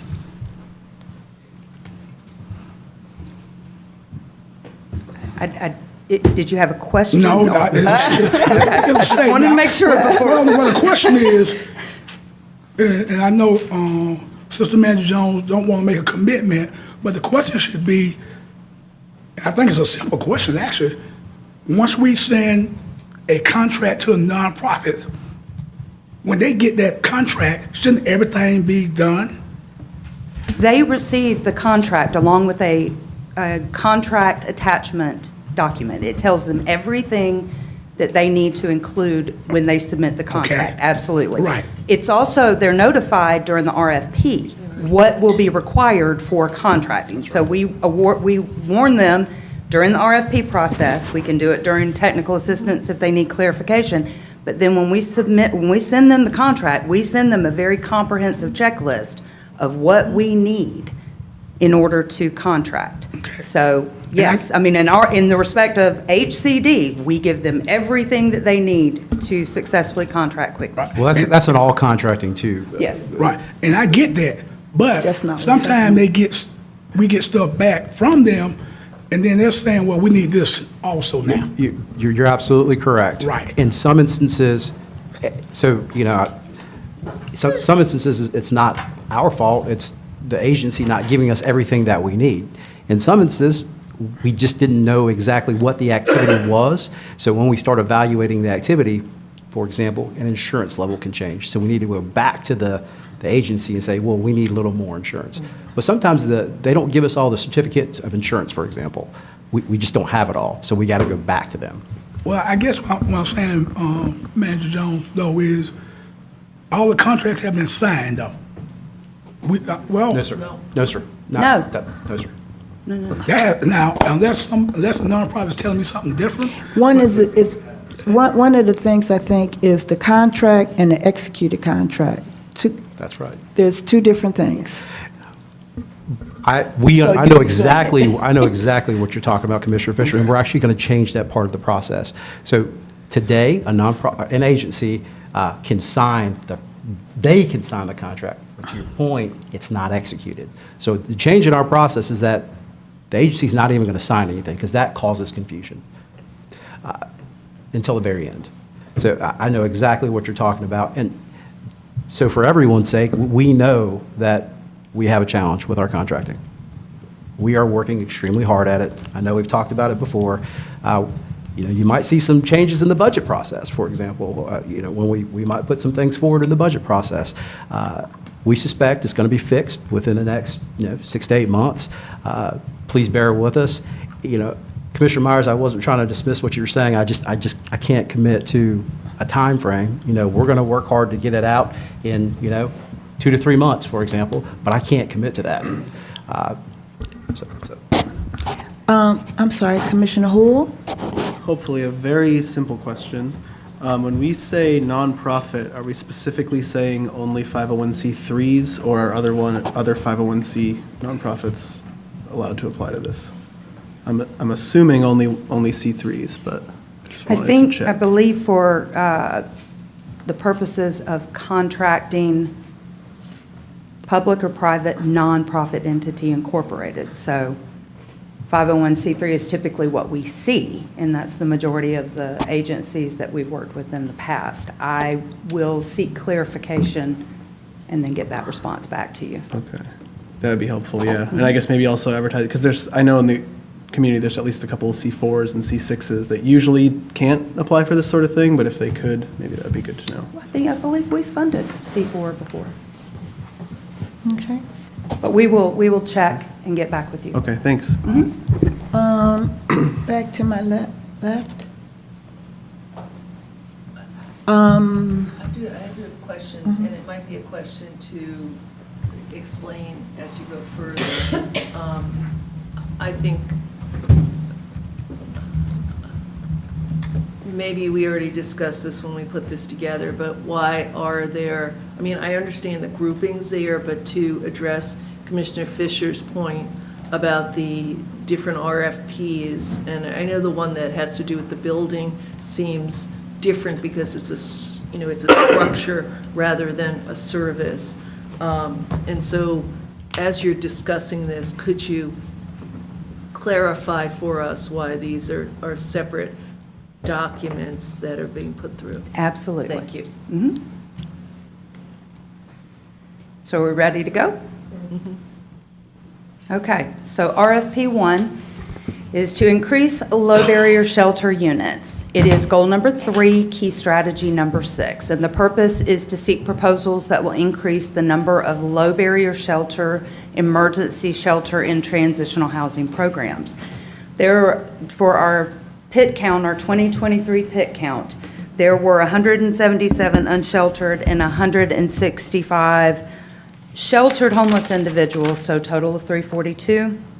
And there were only 167 emergency shelter beds and 63 transitional housing units. So that's 230. They created a gap of service of 112 units, missing, deficient. And keep in mind that the PIT count is not an accurate full count of all the homeless people that are here in Athens-Clarke County. It's just all that we could find for one day. So if they were already inside in a warmer place, we didn't get them. So we can account for, at least on the front line, 112 total unit gap. For our viewing audience, can you define low barrier shelter units? We're about to. Okay. So the increasing low barrier shelter units, proposals, and I'm sorry, it's the next slide, I promise. Proposals for low barrier emergency shelter can be, they need to be specific for Athens-Clarke County, of course. They are funded through this RFP, and they can include construction, acquisition, and conversions, rehab of existing low barrier emergency shelters to increase existing capacity, and costs associated with that qualifying staff. You can, a configuration of beds and units can be of a congregate or a non-congregate type, or they can be a combination thereof. And eligible costs for construction includes acquisition, demolition, development, hard cost, and related soft costs. And low barrier shelter principles. Low barrier shelter means an emergency shelter that does not require any of the following for a client to stay there. They don't do criminal background checks, they don't do credit checks or check for income. They don't require any specific program participation to receive assistance in shelter. They don't have to be sober. They don't have to have identification. So low barrier shelter, they do have the right and the ability to enforce safety requirements for the staff, for each individual there, and for the shelter itself. They configure space to meet a variety of needs. So rules should be more based on behavior while they're in the shelter, rather than how they behave outside the shelter. You want to use termination as a last resort, not a first. And you have to have sufficient staffing to support individuals with higher needs, mental health, substance abuse, any other type that creates that higher need, so that they can then be assisted to move into permanent housing. So that is your definition of low barrier shelter.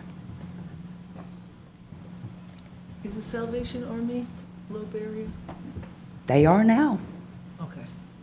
with the exception of a couple. They don't have the capacity to take in pets, but you notice that wasn't really a component of that. But yes, they have absolutely expanded the service provision to meet this low barrier. Well, go ahead and finish. No. Next steps, present the proposed RFPs to you once we have recommendations. Or actually, I'm sorry. What is that? I think we might have made an error. Sorry there. It's just a restatement of. Oh, okay. If approved, we will release the RFPs on January 8th. Then we will submit all recommendations to you for a vote on the May 7th voting session. And then we will begin contracting on May 8th to ensure successful expenditure of those ARPA deadlines, which is December 31st, 2026. And Melinda, we're bringing the proposed RFPs back to the voting meeting, right? So that's going to be part of the packet that we're talking about tonight, and that's what the commission's voting on? they were already, there were attachments Yep. to this presentation. So if there are any changes, we'll update those changes, and the commission will vote on that. Yes. January 2nd. Yes. The RFP that have been submitted already, or just the RFP language? The RFP language. The language. Yes, sir. The Yes, draft sir. documents themselves. Is this any question time? Oh, okay. I For the saw- shelter, for the For the low barrier shelter. I see Commissioner Culpepper, Commissioner Hall, Commissioner Culpepper. So we've got the encampment that's closing pretty rapidly, but yet we can't do any funding until May. Commissioner Myers brought up the Salvation Army. They've currently got, as of last week, they had 39 beds that were full, 30 that are, they had the capacity for 30 more, but they don't have the funding. So having to wait till May for something like that, when we've got people out on the street right now because the encampment is closing, is there something we can do quicker for that situation? I guess that's to the group. A CDO might help. Okay. Commissioner Hall? Thanks. Two questions. One, I think this is, I'm assuming the answer to this is yes, but I want to check. So the previous slide about low barrier shelter principles, or the one before that, sorry, says like it can't require any of these things, but they have to welcome all people, right? There can't be like a turning away people of a certain identity. For example, they have to Correct. welcome trans people and things like that. Correct. Okay.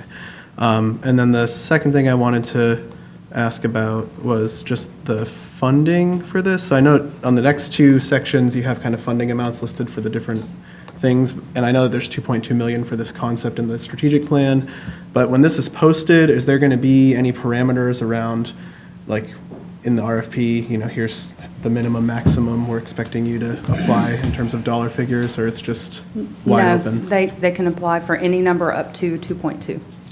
Okay, up to 2 points, so that there is a cap of 2.2. Well, that's all that's available for that, yeah. Okay. Mhm. All right, thanks. But no, we don't have a minimum threshold, we just have the maximum. And I guess this isn't for you actually, but I guess I will say I appreciate where my colleague is coming from, but I am hesitant to skip past this step and do another kind of rapid fire thing right now.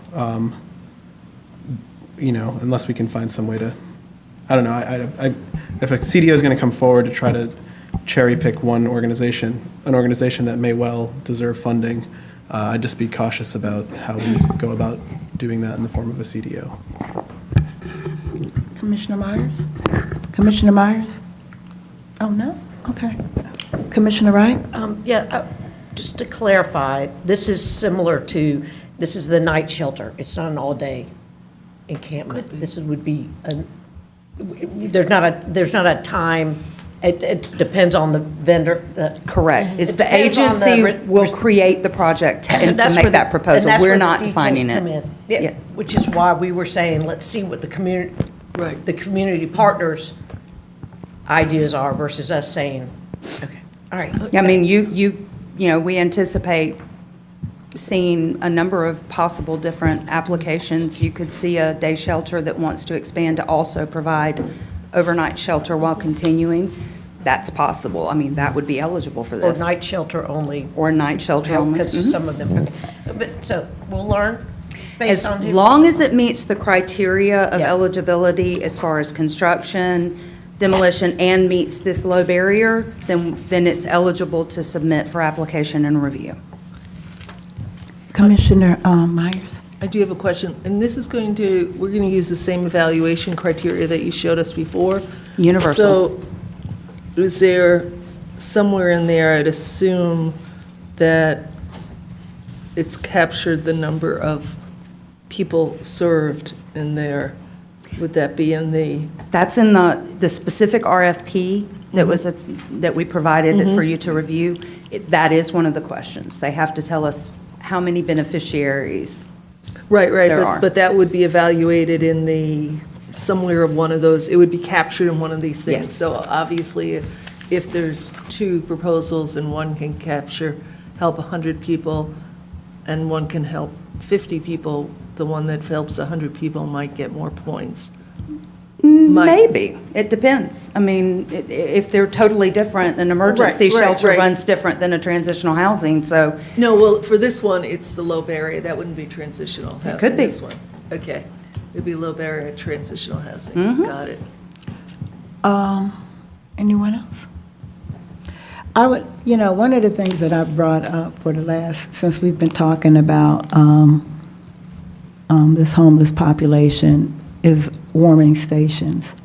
And I think that having the deadline of March the 8th, whichever route we go, misses a large mark. And I don't know why that is. We had one really, really cold day a few weeks ago. To me, warming stations should be like the top of, and it doesn't have to be one group. I would like to see the Homeless Coalition coordinate a warming coalition, a warming station for the next cold day that's going to come probably before March the 8th. You know, it's good for us to sit around and plan, but still there are people who are going to need us in some cold days that may come before March the 8th. And I don't know what we could do at the last minute, but this was not a last minute suggestion. So that's not my fault. And the other thing is, because I'm still not comfortable how money is going to the agencies, putting out 3 RFPs, not knowing how money is going to flow, I think we need to cut back, try one RFP, whatever that is, and track where the gaps are with the money problem. The housing folk that we voted on in last December, I just got a call that one of those groups just got their contract this week. That's a whole year. And to me, maybe we need to look at staff, have enough staff to get these contracts, you know, fast running. I don't know how many people are involved. Maybe all these departments that have some input, maybe y'all all need to sit down and figure out where the gap is, because it really doesn't make good sense to blame or wonder where it's at when y'all can sit around the table and figure out where it's at. But warming stations, contracts getting out expediently are my 2 concerns. I had a comment, Mayor Pro Tem, if you don't mind. I think we need to look at this, and as we're looking through the presentation and with the plan, they all kind of work hand in hand together. So, you know, ignoring one and not doing the other doesn't really help with the bigger picture of the plan. So, and helping us move in a direction of helping solve homelessness. Now, you know, and I think staff is working on something with the warming stations, but certainly going to, and I'd like to hear about that, I'm sure, but going to what Commissioner Culpepper brought up, I mean, certainly if there's somebody that's available, beds available right now and a shelter available right now, we need to act on that and move forward as fast as we can on that. So, at any rate, you know, the way I'm looking at it, this plan, these RFPs, are all working in conjunction with one another. And so at any rate, my 2 cents worth. Thank you, Commissioner Hamby and Mayor Pro Tem, for bringing up the warming shelters, because this is something that we, in fact, are working on right now, because we recognize the temperatures are getting to a place where we need to be able to respond, and not like we responded last year at this time, if y'all remember. So Assistant Manager Edwards, Fire Department, Leisure Services, they've done a great job kind of bringing all the stakeholders to the table. And right now, we've determined there are 4 tiers in our plan. You know, the first tier is that where can we go immediately if the temperature drops between a certain level or below a certain level, which is like 35 degrees. So we've got a certain group of partners who are already taking on folks, which includes the Salvation Army. So we know the number of beds already associated with Tier 1. Then we go to Tier 2. Those are folks that, you know, we're going to activate with a little more help and some staff resources. And then that goes all the way down to Tier 4, to where Tier 4 is where we actually get involved. So there's a lot more thought going into this process than there has ever been, and ensuring that, you know, if someone can't do it, we have the next agency up or church up to help us with that. So I just wanted to mention that and let you know that we do have something in place. We have been working on that, and we just haven't been standing idle. And then in response then, since we're talking, we're going to be making a vote on next year, beginning next year, anything that, I'm not looking for the final, like, this is it, but if you could give us just where you are on this, I think it would be helpful. Sure. Because this is the first I've heard of it.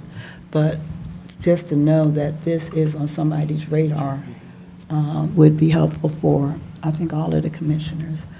I see Commissioner Link, and then I see Commissioner Myers. Yeah, so we only have about, 18 months to 2 years to spend this money. So, when we're talking about these RFPs and, holding off on some of them or combining them or whatever, we need to remember that we're on a hard deadline for actually getting this money spent and reaching all these strategies, on this list. So that's something to consider. This way we can get 3 of them out at once and hit on several of these strategies all at once. And they're all certainly interrelated. And I don't see, I could foresee that an agency that would be ideal for, landlord-focused initiatives and supportive services and diversion wouldn't be good for, constructing a low-barrier shelter. They're totally different things. So, yeah, I certainly see why you're presenting these 3 different RFPs. And I can give a little further clarification. So we are working on a very tight timeline. So if we release, staff's idea, we release all 3.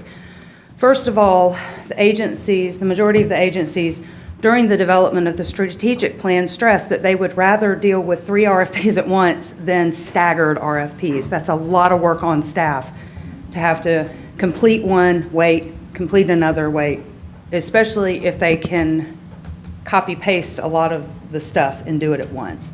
Second, it's that if we release all 3 and say we don't get applications for one of the RFPs, then it still gives us a little bit of time to re-release that. But our goal is to get everything under contract up and running in 2024 so that they have the most amount of time possible to start serving the community and to get all the funds expended by the December 31st, 2026 deadline, which will be here before we know it. But we also have to have this all contracted by December 31st, 2024. Right. So the further that we take this, the closer we get to that final deadline where we could possibly lose money because it's not under contract. So that is staff's rationale for that. But third, they are all connected. An agency may decide that they want to create a program that develops a shelter, but they also want to provide supportive services to that shelter. So there's 2 RFPs that one is for low barrier shelter increase and the other is for supportive services. So it allows them to wed those 2 projects at once. Commissioner Myers? Yeah, and for that reason, I think we do need to be moving ahead with all these RFPs. We only have to the end of the year, as you said, to put something down where the money's going to be spent. And the question, since it's come up, and perhaps there may be some follow-through by commissioners on the question of the Salvation Army and the spaces there.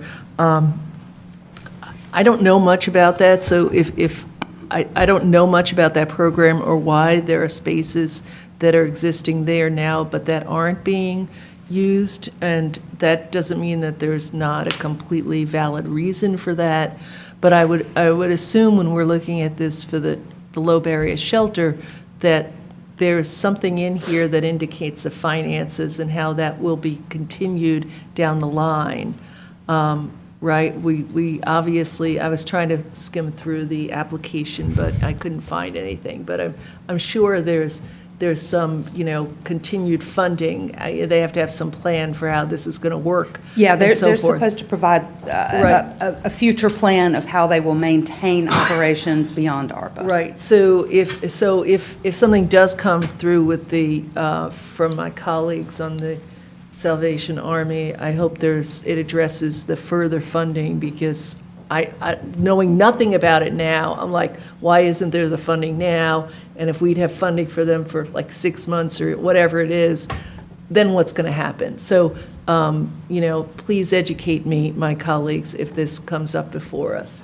Well, I will say that should be the stipulation for anybody who Oh, gets yeah, C-SHAP. yeah, no, and that's where you'd see it. So that, again, it's not that, we're just talking, I don't know. No, that's what I'm saying. What I'm saying is it's going to be there for all of the applications. Yeah, that is, So if anyone fast forwards it, please include that as well, because I'm sure it'll be there for any of the applicants. Okay. That make sense?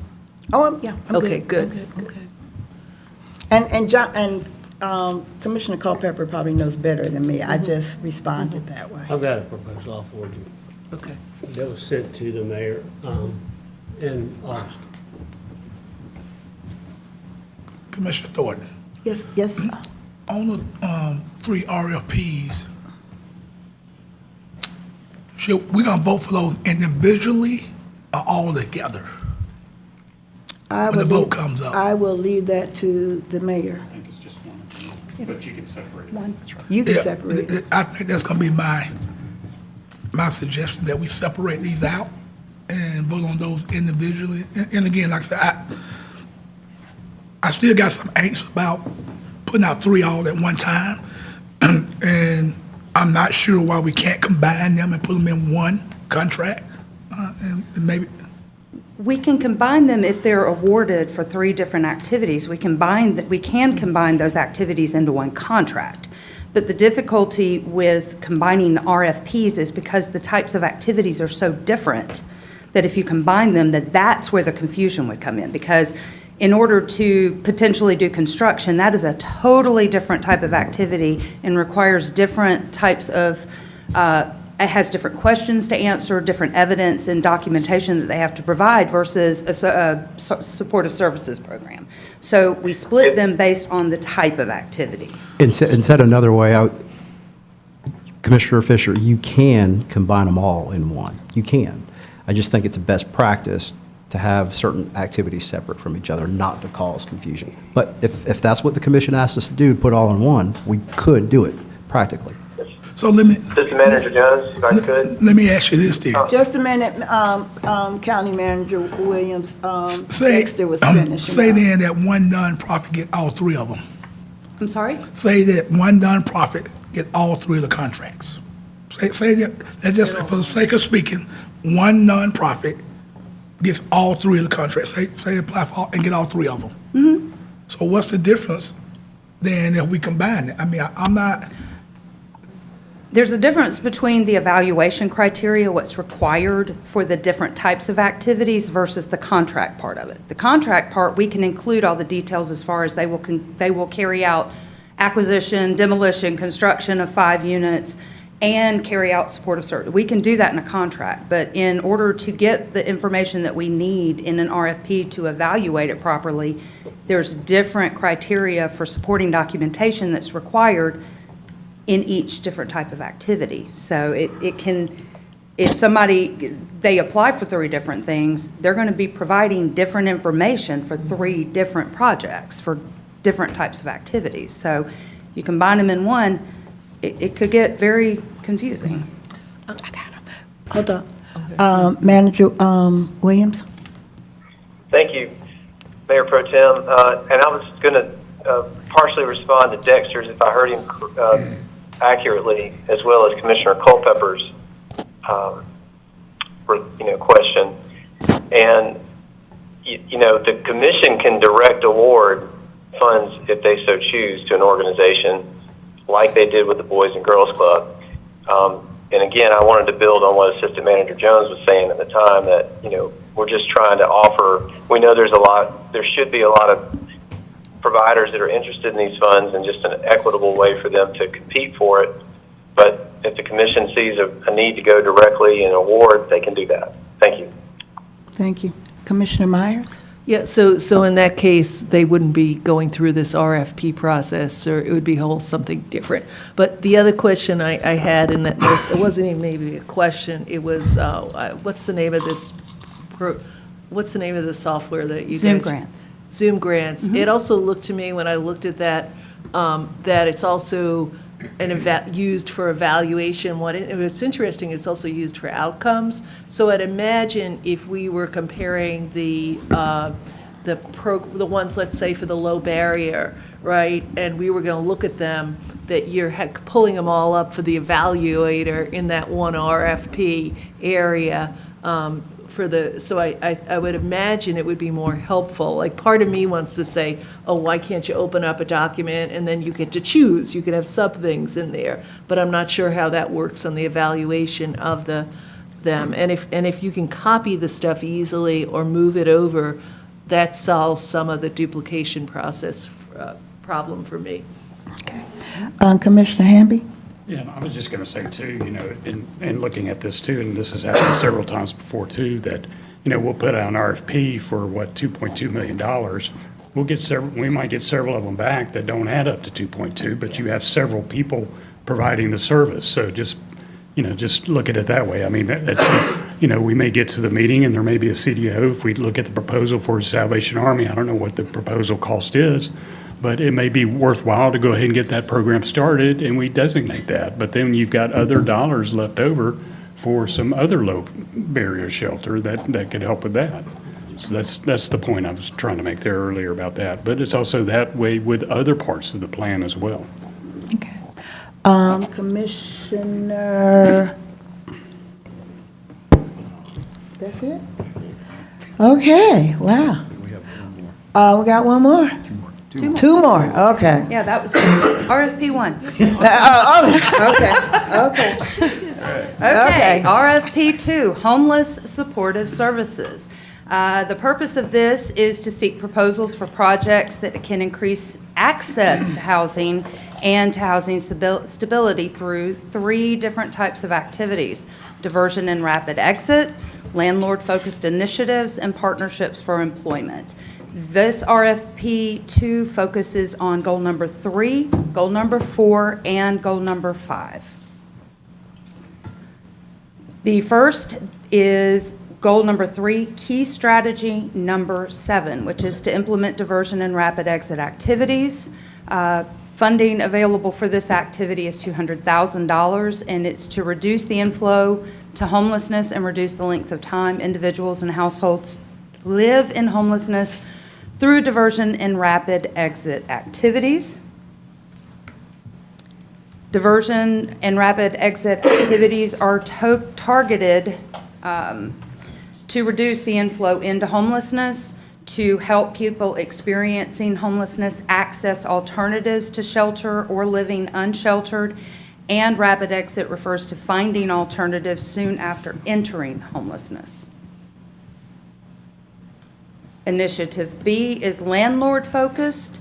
It's goal 4, key strategy 9, and it's to increase access to permanent housing for people exiting homelessness through landlord engagement with targeted incentives. These can include engagement, incentives, and risk mitigation. It's proactive engagement of landlords and those targeted incentives that can lead to an increased housing supply for people exiting homelessness into permanent housing.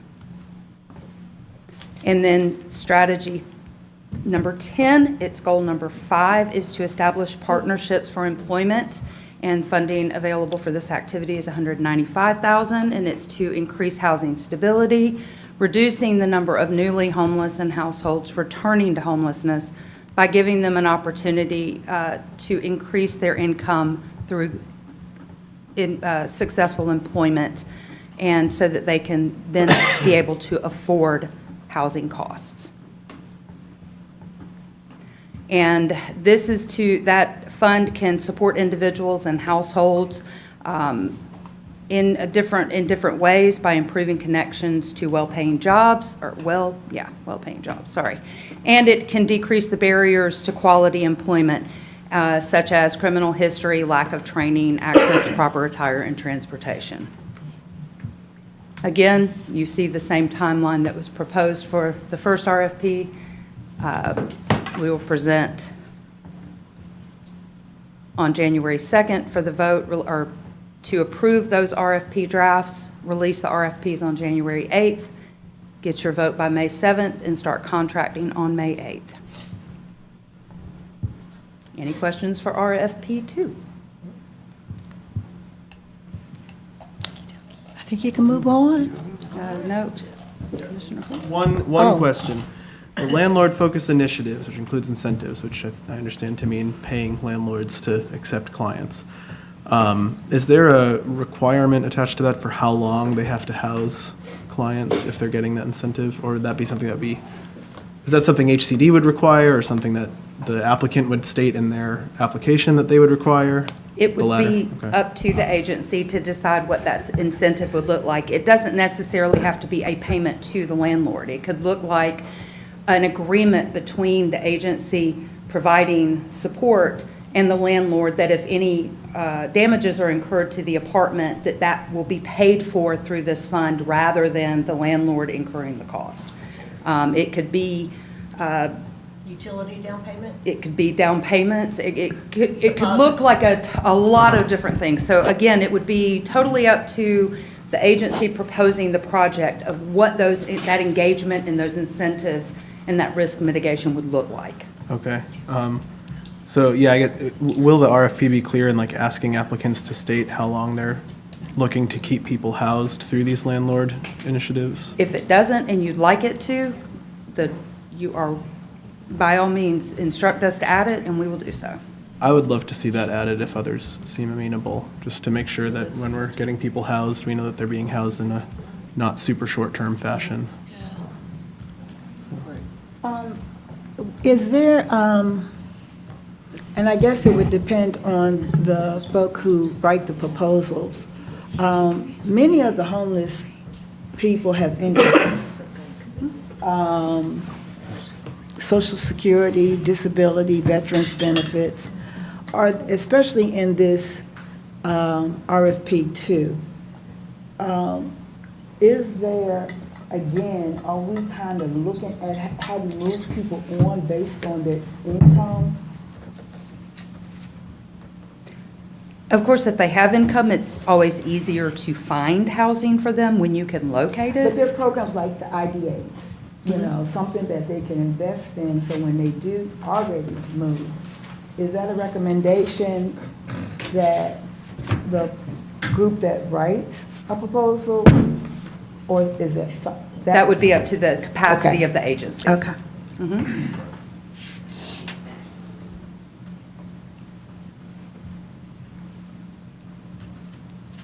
No more questions? Ready to move on? All right, RFP 3. RFP 3 is Unsheltered Homeless Initiatives. It covers goal number 2, and the purpose is to seek proposals for projects that will reduce the impact of unsheltered homelessness through 3 specific activities: comprehensive street outreach, physical health care services for individuals living unsheltered, and housing surges for encampments.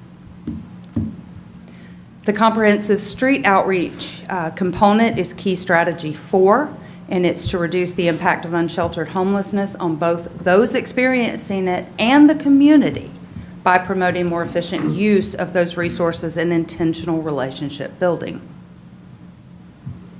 That street outreach strategies will promote more efficient use of the resources. It builds intentional relationships and trust.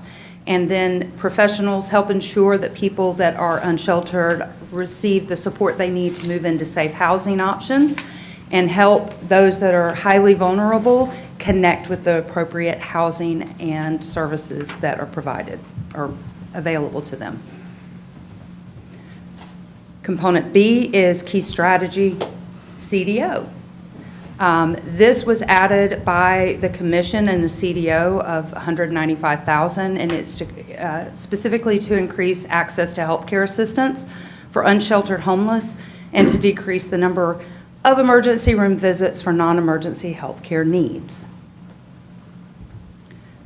The access and service can be for homeless persons that are encountering barriers to general health care. Unsheltered homeless are always more susceptible to certain diseases. They have greater difficulty getting health care, and they're harder to treat than other people, and because they lack a home. And successful programs should include communication, coordination, and targeted approach and utilize internal and external resources to carry that out. And then component 3 is key strategy 5, and it's to organize housing surges for encampments. The purpose is to quickly identify housing and place people experiencing homelessness into units using a disaster response approach. Why did it quit? Oh, my battery's running low. I'm sorry. Housing surges are creation, they would, an agency, if they submit a proposal, would create a housing central command, and that, or they could. This is one model of a housing surge.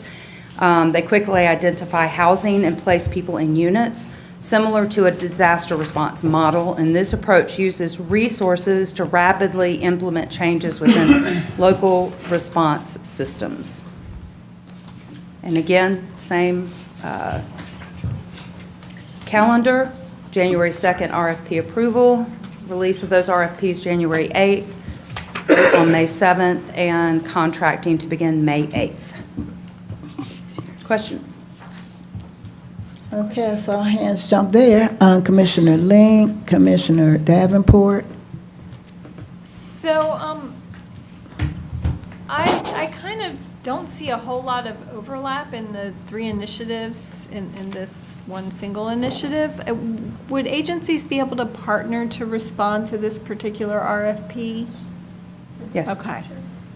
We always encourage partnerships and collaborations. They can reach, you may have one agency doing a part and another agency doing a part, Yeah. and if they combine, they can do the whole, and they meet the gap. Yeah, okay. That makes sense. Okay. Commissioner Davenport. Yes, this is a question for staff. I was just wondering, with our partnership with ADDA and Advantage, how many outreach coordinators do we have currently? 3. 3, okay. They're up to 3. And so this could be an agency that's already providing street outreach. It could be an agency that's doing street outreach and doesn't have a funded position. It could be another agency that wants to partner with the existing street outreach program. Maybe they're targeting a little bit different area to expand it. So, I mean, it could look like a lot of different things. And the purpose of that, the healthcare should be connected with the street outreach. So the street outreach team would connect with somebody. If there's determined healthcare need, then they could refer them to that healthcare need to be provided for. Just one more question. And I just realized 195 for healthcare can go quick, like one person can use that up. But we just really need to reevaluate that, but I just want to put that out there. Commissioner Fisher. Yeah, that was sort of my question. Do we have the authority as the commission to move money around for some of these programs, to Commissioner Davenport point, especially from the healthcare perspective, $195,000 is nothing. So do we have the permission as the commissioners to move money around and put more resources into some other of these RFPs to close that gap, especially from the physical healthcare? The short answer is yes, and I want to remember correctly, I think the Commission's already voted to allocate the funds as they are, so it may be in the form of a CDO.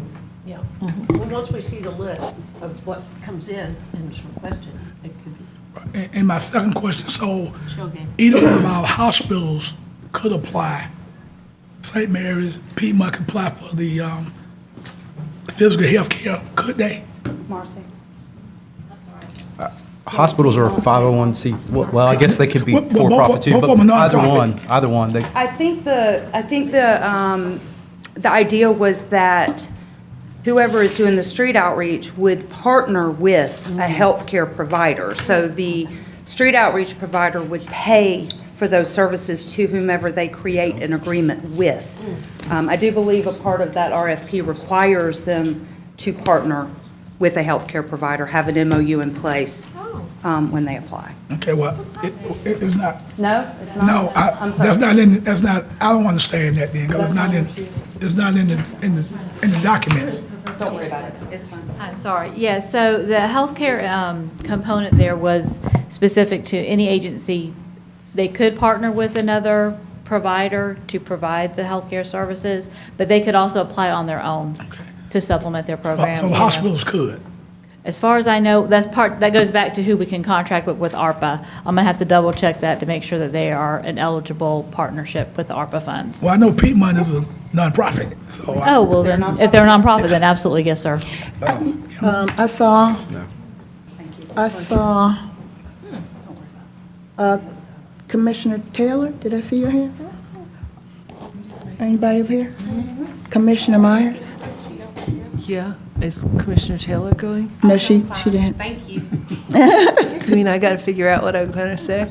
Yeah, on this one, I just want to clear up for myself. On this one, where in the last, what were the three things that are grouped together here? I'm looking at- Street outreach, healthcare, and the rapid diversion. So I'm a nonprofit here. I could go in and apply for both of those in this, with this one application.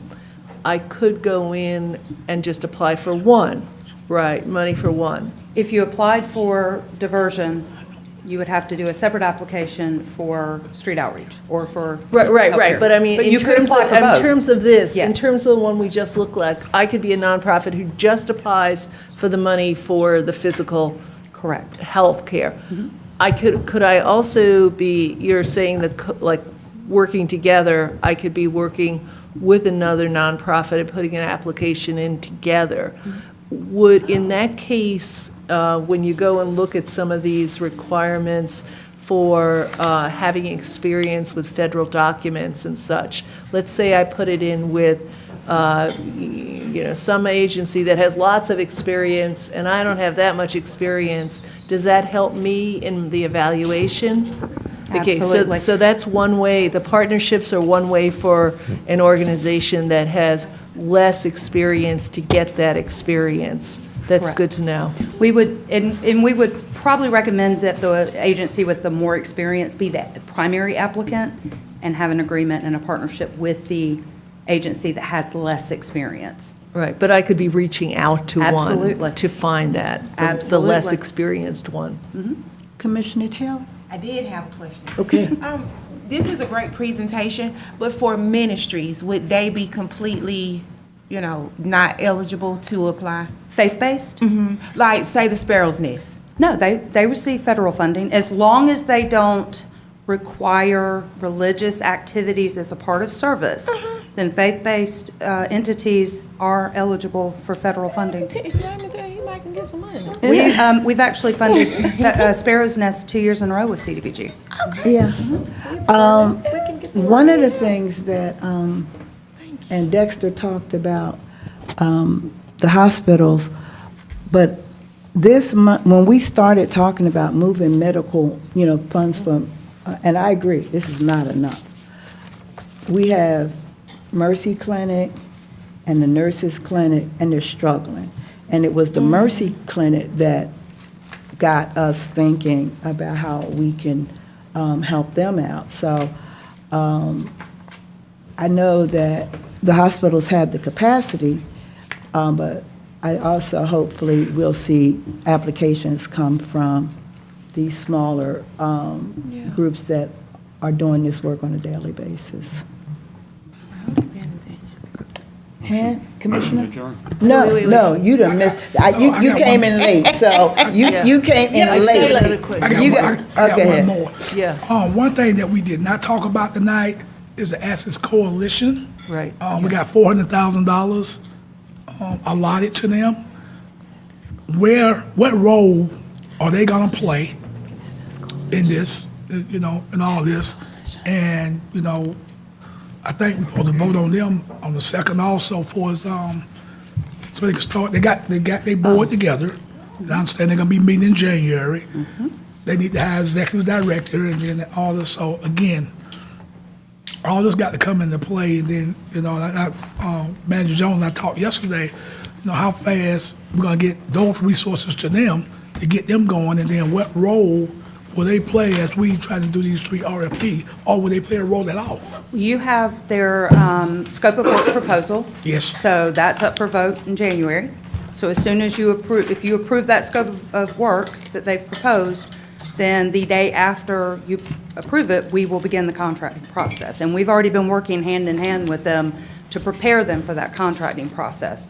So we will work very diligently to get it done as quickly as possible so that they can begin operations. But as the Homeless Coalition, not only did you put a CDO on what their role is for this whole entire process, but they're, as an entity, they are the lead for all Right. things homeless in Athens. So they'll be a part of all of it. That's why I say what role. And again, you all did a great job. Thank you. And I'm not beating up on you all. It seems like we putting the horse before the cart before the horse. Again, I think we need to get them in place, get an executive director in place. Then we start looking at these RFPs. But again, I get, and I understand the deadlines that we under. That's just the executive board. Keep in mind, the Athens Homeless Coalition is fully operational now as an entity. So until the executive board will be implemented even without an executive director paid position. I get that. So they will be ready to lead way before the funding for these other contracts are in place and running. They will be in place by January, so that lead is there. Commissioner Myers? Then this is a perfect follow-up. That document that's part of the agenda setting, the report for this includes this attachment 1, Athens Homeless Coalition, and the draft scope of services budget and job description.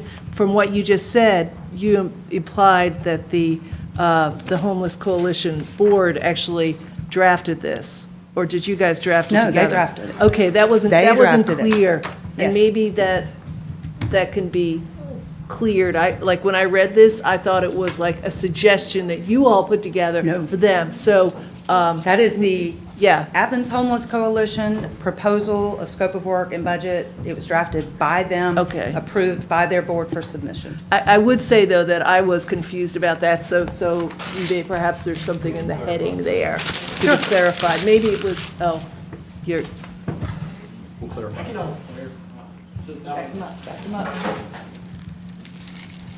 Yeah, I can help clarify that. So the current existing 501c3 board drafted that scope of service. It was mainly our executive committee of our current 501c3 board. Today in our board meeting, we've been talking about electing a new board of directors who will take over in 2024 to govern this and carry all this business forward. It is still in a draft form that the new board of directors will kind of finalize that contracting process in early 2024. So as of our board meeting this morning, we've elected 13 new board members who will take their board seats of the 501c3 effective January 1. Those 13 individuals will be responsible for finalizing and going through, whatever final, changes get made to the contracting process, but they'll actually be the ones who are signing the eventual contract. Does that make sense? And we can gray shade in the agenda item to be clear that came from the Homeless Coalition. but we are approving this. That is Well, like that's what it is submitted for So it's not just the approval. RFPs are the second thing. We are approving this. That's So, Correct. okay. Any more thoughts? Okay. Well, we consider. Commissioner Hamby Yes. came in late, so he doesn't I know. was 5 minutes late, Mayor But you Pro Tem. missed where we're headed, because I know what you would have said, because you've already said it. Anybody would like to share anything they want to say, and if not, I'm not going to do a roundup, but anybody would like to close that, Commissioner? I would like to say, you have been a great Mayor Pro Tem. Thank you. Thank you. I would like to say it's been a great year for the new 3 commissioners. Hopefully y'all had a good crash course being a commissioner. You got Crash course. 3 more years. But I love working with you guys. It's been fun. It's been stressful. I love working for the city and for my constituents. And hopefully everybody have a great holiday and even awesomer 24. Awesomer. Awesomer. Anybody top awesomer? Yeah, I was going to say exactly what Commissioner Davenport said. Thank you, Commissioner Thornton, and my new colleagues, and my colleagues who've been here with me. It's been a great year. Thank you. And happy holidays to everyone out there in the world. Viral. Anybody? Commissioner Fisher. So it's been an interesting year.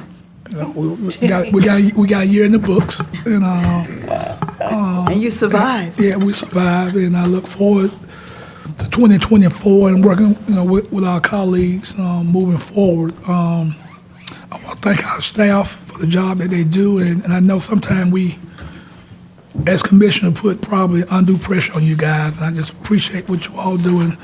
And sometimes, you all get the blame for some of the stuff that we do. And I want to say that shouldn't happen, but I know it does sometimes. And I just want to thank you all for the time and work that you all put in. I want to thank my constituents for having the confidence in me to do this for District 5. And I've had several town halls, and they've been very well received. I want to thank the mayor for sending me to Washington, D.C.